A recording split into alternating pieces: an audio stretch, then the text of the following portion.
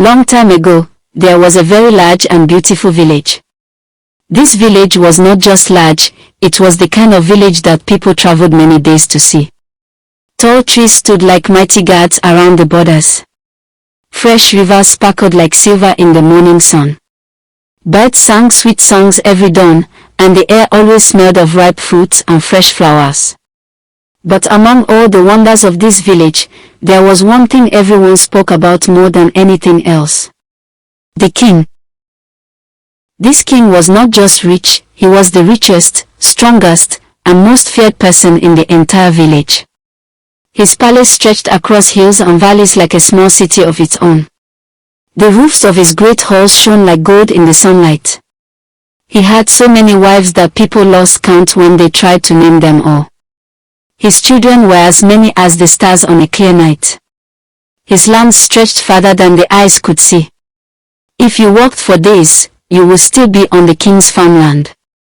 Everywhere you turned, you would see his gardens, his coconut trees, his mango trees, and his countless properties.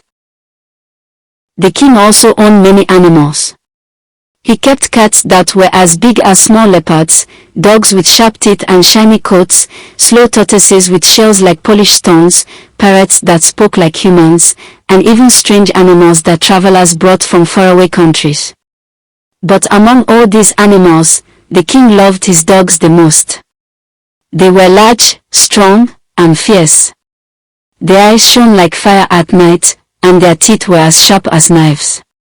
People whispered that a single bark from these dogs could make a strong man's heart stop. The king had a terrible habit. Whenever anyone offended him, even with a very small mistake, he would order his guards to throw the person into the cage of his hungry dogs. The dogs would attack at once, and by the next morning, nothing would be left but bones. The king never forgave. He never gave a second chance. His heart was as hard as stone. Because of this cruel habit, everyone in the village feared the king. Even his own children walked carefully around him. His wives never raised their voices. His workers obeyed every order like soldiers in a battlefield. Nobody dared to make him angry, because one slightest provocation of the king could mean a terrible death. Among the many workers who served the king, there was one man named Mr. Ogo. Mr. Ogo was not a young man anymore. His hair carried the first signs of grey, and his hands were strong from years of work. For 10 long years, Mr. Luke served the king faithfully. He woke before the first cockcrow and worked until the moon climbed into the sky. He swept the palace floors until they shone like glass. He carried heavy loads without complaint. He fed the king's animals and made sure everything in the palace was always in perfect order. Everyone knew Mr. Ogo as a kind and humble man. He never quarreled with anyone. He never spoke rudely, even when others were angry. But most of all, he feared the king. Like everyone else, he knew the king's cruel rule. One mistake, and the dogs will feast. One bright afternoon, the king sat in his grand hall surrounded by his wives and children. The sun shone through the golden windows, and the air smelled of sweet flowers from the garden. Suddenly, the king felt like eating a mango. Not just any mango, but a perfectly ripe, juicy mango from the tallest tree in his palace yard. He clapped his hands, and a guard rushed forward. "Call Mr. Ogo," the king commanded. "Tell him I want a ripe mango, now." The guard bowed and ran out. Soon, Mr. Ogo appeared, bowing low before the king. "Yes, my lord," he said softly. "Go to the mango tree behind the east garden," the king ordered. "Bring me the sweetest, ripest mango you can find. Do not delay." Mr. Ogo bowed again and hurried out. His heart beat fast. He knew the king's taste. The mango had to be perfect, golden on the outside, sweet and soft inside. No bruise, no scratch, no stain. He reached the tall tree and searched carefully until he spotted the most beautiful mango hanging on a high branch. It glowed in the sunlight like a golden lantern. "This is the one," Mr. Ogo whispered. He climbed carefully, gripping the branch with steady hands. But just as he reached for the fruit, his foot slipped slightly. The branch shook, and the mango fell. It hit the soft ground with a dull sound, thud. When Mr. Ogo picked it up, his heart sank. The mango had cracked slightly at the side. It was still sweet and fresh, but the king hated anything less than perfect. What will I do now? Mr. Ogo whispered to himself, his palms sweating. He looked around quickly, but there was no other mango as ripe and beautiful. If he went back empty-handed, the king might punish him. If he presented a cracked mango, the king would surely rage. After a moment of fear, he decided. He carefully washed the mango with clean water, hoping the crack would not show. He prayed silently as he walked back to the palace. When he entered the king's throne room, the king was sitting tall and proud on his golden chair. His guards stood at attention. The air was tense. "My king," Mr. Ogo said softly, bowing low. "Here is the mango you requested." He placed the mango on a golden tray and set it before the king. But as soon as King Ode picked it up, he noticed the faint crack. His eyes darkened. His voice thundered. "What is this?" the king roared. "How dare you bring me a broken mango?" "My king." "Please forgive me," Mr. Ogo stammered.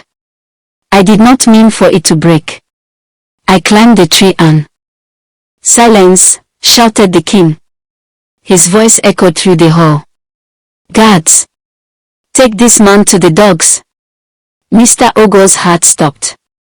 Two guards stepped forward immediately, seizing him by the arms. "My king, please," he cried. "Before you send me to my death, I beg you for just 10 days. Allow me to return to my family and tell them what will happen. Let me say goodbye to my children. Let them prepare to collect whatever is left of my bones after the dogs are done with me." The king stared at him for a long moment, his hard expression unchanged. Then, surprisingly, he said, 10 days. "Fine. You have 10 days. But when the time is up, you will return here, and I will keep my word." "Thank you, my king," Mr. Ogo said, bowing low, tears in his eyes. Mr. Ogo left the palace that day. But instead of going home to cry, he came up with a wise plan. Each day for the next 10 days, Mr. Ogo secretly prepared delicious meals, rice, meat, roasted bones, and soup. He carried the food quietly to the back of the palace, where the dog's iron cage stood. At first, the dogs barked and snarled at him. But when he threw them food, their growls softened. They wagged their tails and sniffed the air. Day after day, he continued feeding them. He spoke kindly to them, called them by names he gave them, and even smiled at them. Soon, the dogs began to recognize him. Whenever they saw him approach, they would jump excitedly, wagging their tails and whining softly. He would feed them, pat their heads through the cage bars, and talk to them like friends. By the 10th day, the dogs adored Mr. Ogo. When the 10th day came, Mr. Ogo returned to the palace. He dressed neatly, bathed, and prayed quietly. Then he went to King Ade's throne room and bowed deeply. "My king," he said calmly, "my time has come. I am ready." The king smirked coldly. "You have kept your promise. Guards, take him to the dogs." The guards dragged Mr. Ogo toward the cage. Villagers and servants followed, whispering in sadness and fear. Everyone believed that would be the end of the loyal servant who had served faithfully for 10 years. The heavy iron cage was opened. The dogs barked loudly, shaking the ground. "Throw him in," commanded the king. The guards pushed Mr. Ogo inside and locked the gate. Usually, they would wait till the next day before returning to collect what remained of the victim. But this time, something strange happened. 2 hours later, when the guards came back, they froze in shock. The dogs were not attacking. They were lying around Mr. Ogo peacefully. One rested its head on his lap. Another licked his hand. The rest were sitting calmly beside him, wagging their tails. The guards could not believe their eyes. They ran to tell the king. King Ode stormed toward the cage with disbelief. He pushed past the crowd and looked inside, and what he saw made his mouth fall open. There was Mr. Ogo, alive and smiling, surrounded by the fierce dogs who now looked gentle and loyal. The king shouted, "What is this?" Mr. Ogo stood up slowly and bowed. "My king," he said, his voice calm but firm, "I have served you for 10 years, yet for one small mistake, you were ready to kill me. But these animals, who have no mind or reason, I served them for only 10 days, and look how they love me." The king stared at him silently. Mr. Ogo continued, "That is why I say, sometimes, an animal can be more grateful than a human being." The crowd murmured in awe. The king's expression softened for the first time in many years. He looked at Mr. Ogo with respect and regret. Slowly, he said, "Ogo, you have opened my eyes. You have taught me a lesson I will never forget." Then, turning to his guards, he declared, "From this day on, no man or woman in this kingdom shall be punished by the dogs again." The villagers cheered loudly. The king ordered that Mr. Ogo be released and rewarded with land, gold, and servants of his own. The dogs, too, were moved to a peaceful part of the palace, never again used for cruelty. From that day, the king became a changed man. He ruled with wisdom and kindness, and his people loved him more than ever before. And as for Mr. Ogo, he lived the rest of his life peacefully, respected by all, remembered as the man who taught a king the true meaning of mercy.